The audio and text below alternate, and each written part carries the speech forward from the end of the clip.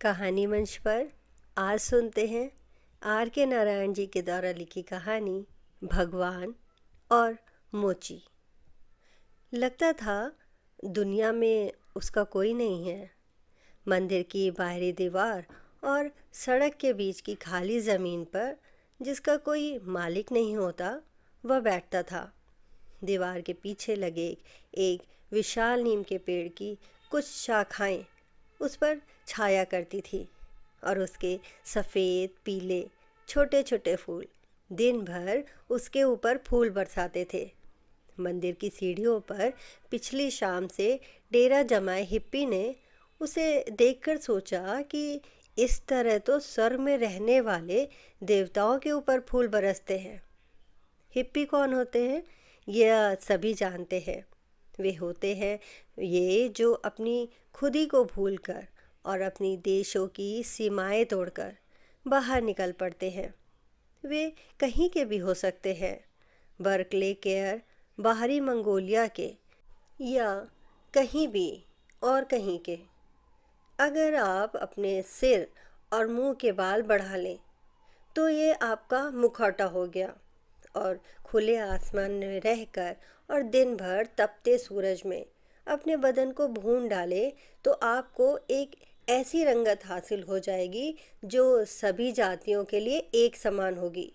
और फिर आप उस बहुत बड़ी दुनिया में कहीं भी बेहिचक नंगे बदन भी घूम फिर सकते हैं। और इसी के साथ अगर आप घुटने तक की सफ़ेद धोती और बंडी पहन लें और कहीं भी धूल में आराम से बैठने लगे तो आपके कपड़ों को खुद ही ऐसा गेरुआ रंग मिल जाएगा कि आप बिल्कुल सन्यासी लगने लगेंगे। इस तरह की सार्वभौमिकता प्राप्त हो जाने के बाद फिर कोई आपसे सवाल नहीं करेगा कि आप कौन हैं और कहाँ से पधारे हैं। आपको लोग वही समझेंगे जो आप हैं, यानी एक आदमी जो सांस ले रहा है। बस मोची ने हिप्पी को जब वह सैंडल का फीता जुड़वाने उसके सामने पहुंचा इसी तरह देखा।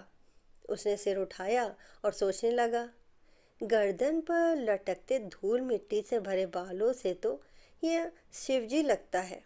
उस पर उनके कुंडली मारे एक सांप की कमी है। इसलिए यह सोचकर कि कहीं कुछ गलत बात न हो जाए पहले उसने इस साधु जैसे दिखने वाले को नीचे तक सिर झुकाकर नमस्कार किया।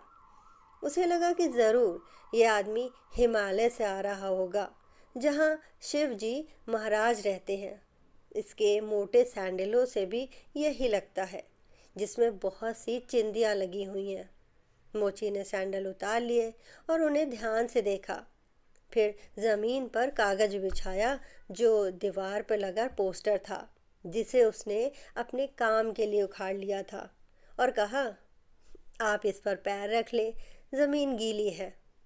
दरअसल उसके पास पोस्टर बहुत से थे क्योंकि यह वहाँ की बहुत खास दीवार थी जो पूरब की तरफ जाने वाले प्रमुख मार्ग पर रामनगर और काली देश के चौराहे पर बनी थी।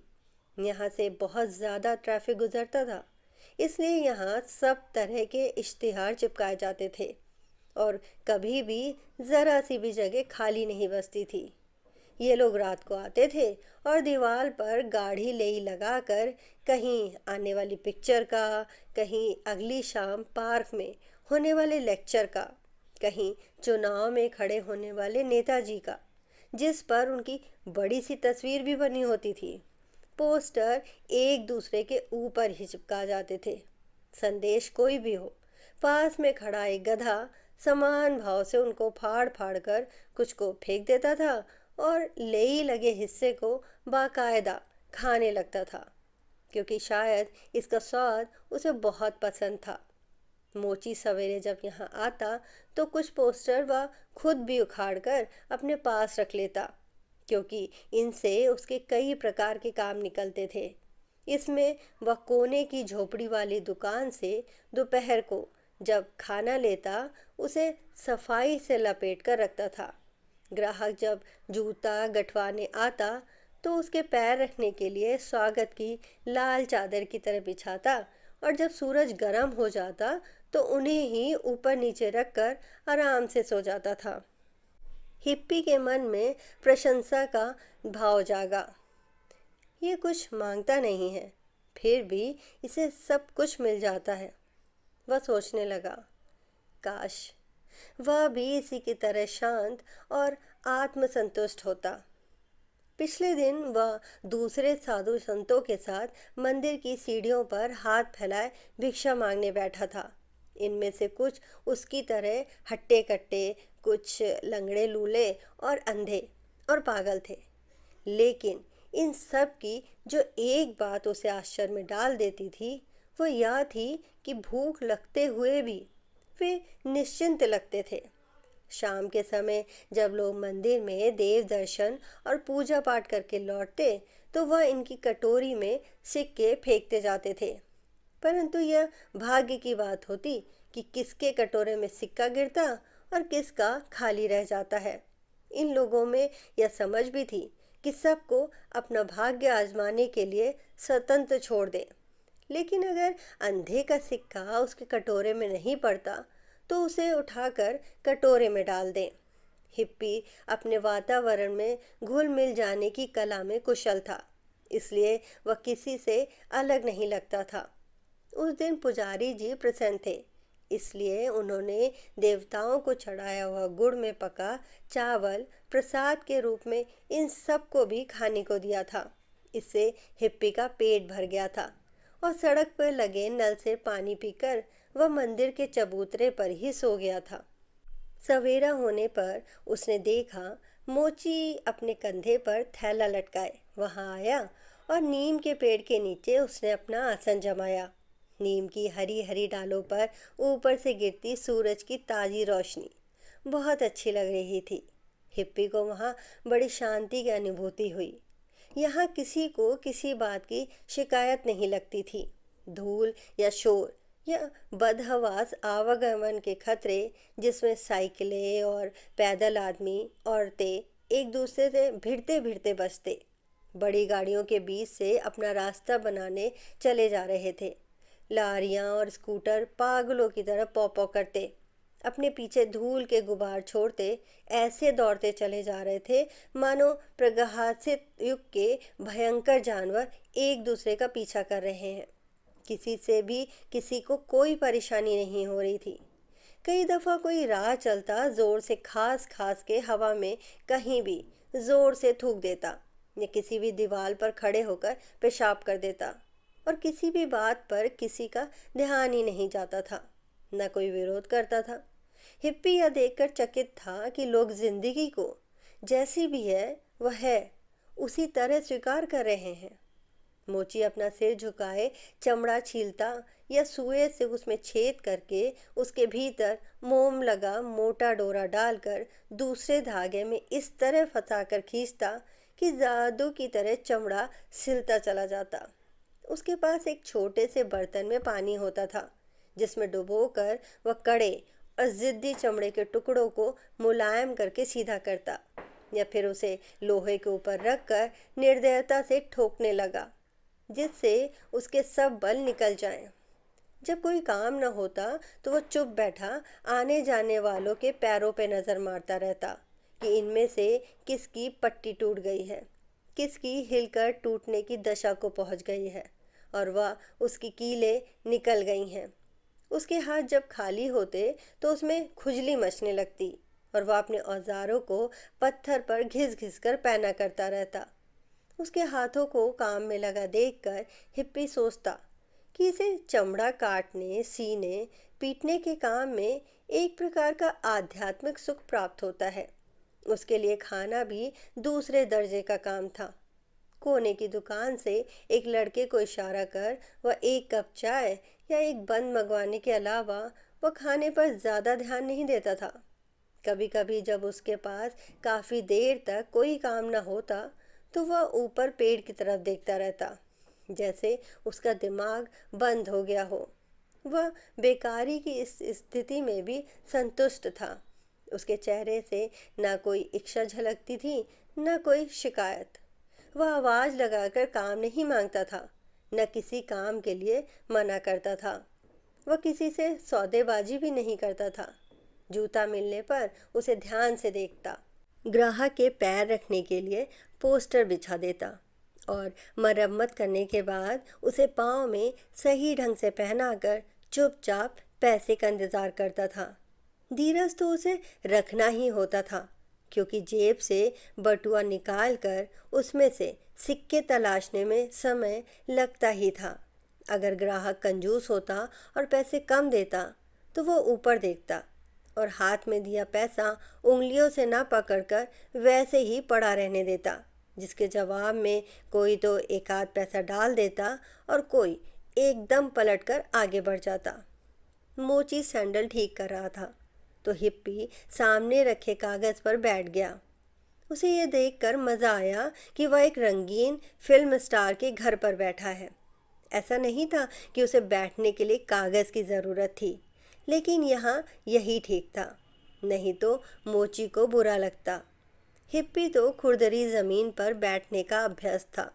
हो सकता है कि कुछ दिन बाद वकीलों के आसन पर उसी शांति से बैठने योग्य हो जाए।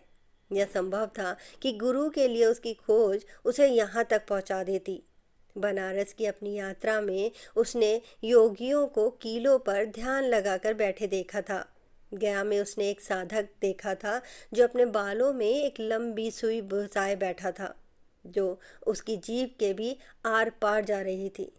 परंतु यह भी उसे स्वीकार था, क्योंकि वह मौन व्रत की साधना कर रहा था। हिप्पी ने कुंभ मेले के समय गंगा और जमुना के संगम पर लाखों लोगों को डुबकी लगाते देखा था। इनमें एक साधु था जो अपने साथ एक भरा पूरा शेर लेकर घूमता था, जिसे वह अपने पिछले जन्म का भाई बताता था। ऐसे लोग भी थे जो जहरीले सांपों को रस्सी की तरह इस्तेमाल करते थे। कई आग को खा जाते थे, कुछ तलवारें निगल लेते थे, कुछ शीशा चबाते रहते थे। ऐसे योगी थे जो शमशानों में रात दिन बिना खाए पिए या हिले डुले बैठे रहते थे और उनके पास मुर्दे जलते सुलगते रहते थे। नेपाल में एक आदमी ने हवा में हाथ घुमाकर एक चांदी की मूर्ति निकाली और हिप्पी को थमा दी। इसे उसने संभाल कर अपने थैले में रख लिया। वह 4 हाथों की एक देवी की छोटी सी मूर्ति थी। ऐसी घटनाएं देखकर पहले तो वह आश्चर्य से भर उठता था और चाहता था कि वह भी यह सब सीख ले, लेकिन वह पाता कि ये लोग उसे यह ज्ञान सिर्फ एक अफीम के टुकड़े के बदले में देने को तैयार है। तब वह सोचने लगता कि इसको सीख लेने से उसे क्या लाभ होगा, यह मुझे चांद की सैर से ज़्यादा क्या दे सकेगा। बस उसने कम खर्चीला है या उसे ऐसा कोई जवाब नहीं मिलता जिससे उसे संतोष मिलता। सड़क पर, गांव में और खेतों में उसे काम धंधों में लगे स्त्री पुरुष दिखाई देते तो काम तो गंभीरता से करते थे, लेकिन उत्तेजित नहीं होते थे। उसे लगता था कि इनकी जिंदगी का कोई दर्शन है जिसका अध्ययन किया जाना चाहिए। वह घूमता रहता, ट्रेनों में, पैदल आती जाती गाड़ियों में या बैलगाड़ी में, लेकिन क्यों, इस बारे में वह स्पष्ट नहीं हो पाता था। अब वह मोची से बात करना चाहता था। उसने एक बीड़ी निकाली। वह सिगरेट नहीं, बीड़ी पीता था, क्योंकि सिगरेट से जहाँ शान बढ़ती थी, बीड़ी से दूरियां कम होती थी और या 1 पैसे की 4 मिलती थी। मोची को बीड़ी लेते हुए संकोच हुआ, लेकिन हिप्पी ने बढ़ावा देते हुए कहा, अरे पियो, तुमको अच्छी लगेगी, तोता छाप है। फिर वह थैले से दिया सलाई ढूंढने लगा। कुछ देर दोनों चुपचाप बीड़ी पीते रहे। उसका धुआं और पत्ती की बू हवा में तैरने लगी। ऑटो रिक्शे और साइकिलें सड़क पर दौड़ रही थी। एक आइसक्रीम का ठेला आया तो अपना रबर का भोंपू बजा बजा कर ग्राहकों को आकर्षित करने की कोशिश करने लगा। स्कूल की भी छुट्टी होने वाली थी और बच्चे एकदम गेट से निकल पड़ते थे। बातचीत शुरू करते हुए हिप्पी ने कहा, तुम्हारे ऊपर तो फूल बरसते हैं और ऊपर पेड़ की डालियों से तब भी गिरते हुए फूलों की ओर इशारा किया। मोची ने ऊपर देखा और कोट पर गिरे फूलों को झाड़ा, फिर सिर पर बंधी पगड़ी से भी, जिसका रंग उड़ गया था पर जो धूप और पानी से उसकी रक्षा करती थी, उसके व्यक्तित्व को भी एक शान देती थी। कुछ फूल निकाले। हिप्पी ने अपनी बात दोहराई। दिन में भी आशीर्वाद की तरह तुम्हारे ऊपर फूल झड़ते रहते हैं। मोची ने सिर उठाया और कुछ तल्खी से बोला, लेकिन ये फूल मैं खा तो नहीं सकता। इन्हें मैं ना घर ले जा सकता हूँ, ना बीवी को देकर कहूँ कि आज इनका खाना बनाओ। किसी पेट भरे आदमी के ऊपर फूल बरसे तो दूसरी बात है, स्वर्ग के देवता ही इसका मजा ले सकते हैं, मेरे जैसा आदमी नहीं। तुम भगवान में विश्वास करते हो? हिप्पी ने सवाल किया, जिसे सुनकर मोची को आश्चर्य हुआ। इस तरह का सवाल उठ ही कैसे सकता है? शायद यह रहस्यमय आदमी उसकी परीक्षा ले रहा है, इसलिए जवाब सोच समझ कर दिए जाने चाहिए।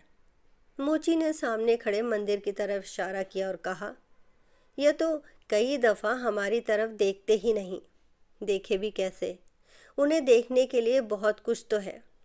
उसने भगवान की एक ऐसी तस्वीर की तरफ कुछ मिनट तक देखा जिसमें उसके चारों तरफ 1000 लोग अपनी अर्जियां लिए खड़े थे।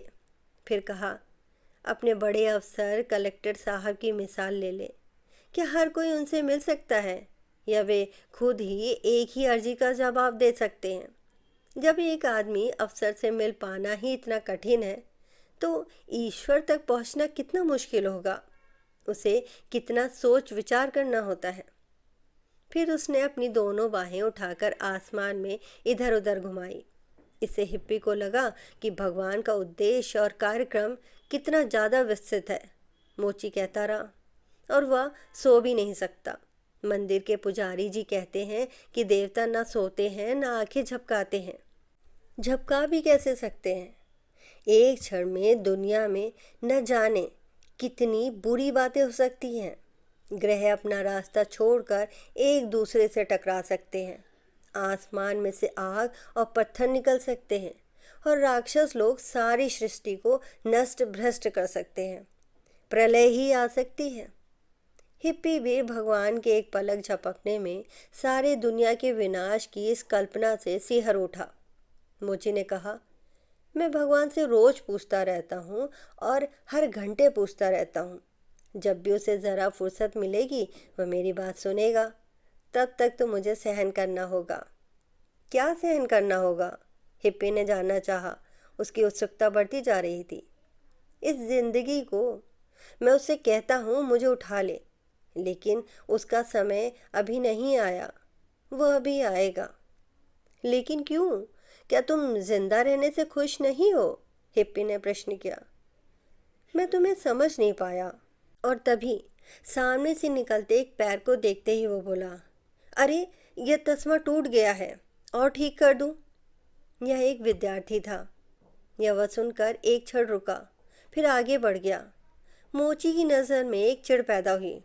देखो आज के इन लड़कों को क्या हो गया, अब ये परवाह ही नहीं करते। बुरी आदतें हैं ये। यह तस्मा उसके घर तक पहुंचने से पहले टूट जाएगा, लेकिन वह यह जूता फेंक देगा और दूसरा खरीद लेगा। उसने एक आह भरी और कहा, आजकल लोगों की आदतें बदल गई हैं। सिर्फ 5 पैसे में यह साल भर और चल सकता था। उसने पीछे बोरी पे रखे कई ऐसे जोड़े सैंडल दिखाए। ये सब मैंने इधर उधर से इकट्ठा किए हैं। ये इसी तरह के लड़कों के हैं। कई दफ़ा स्कूल के पास सड़क के किनारे ऐसे सैंडलों की लाइन लगाई दिखाई देती है।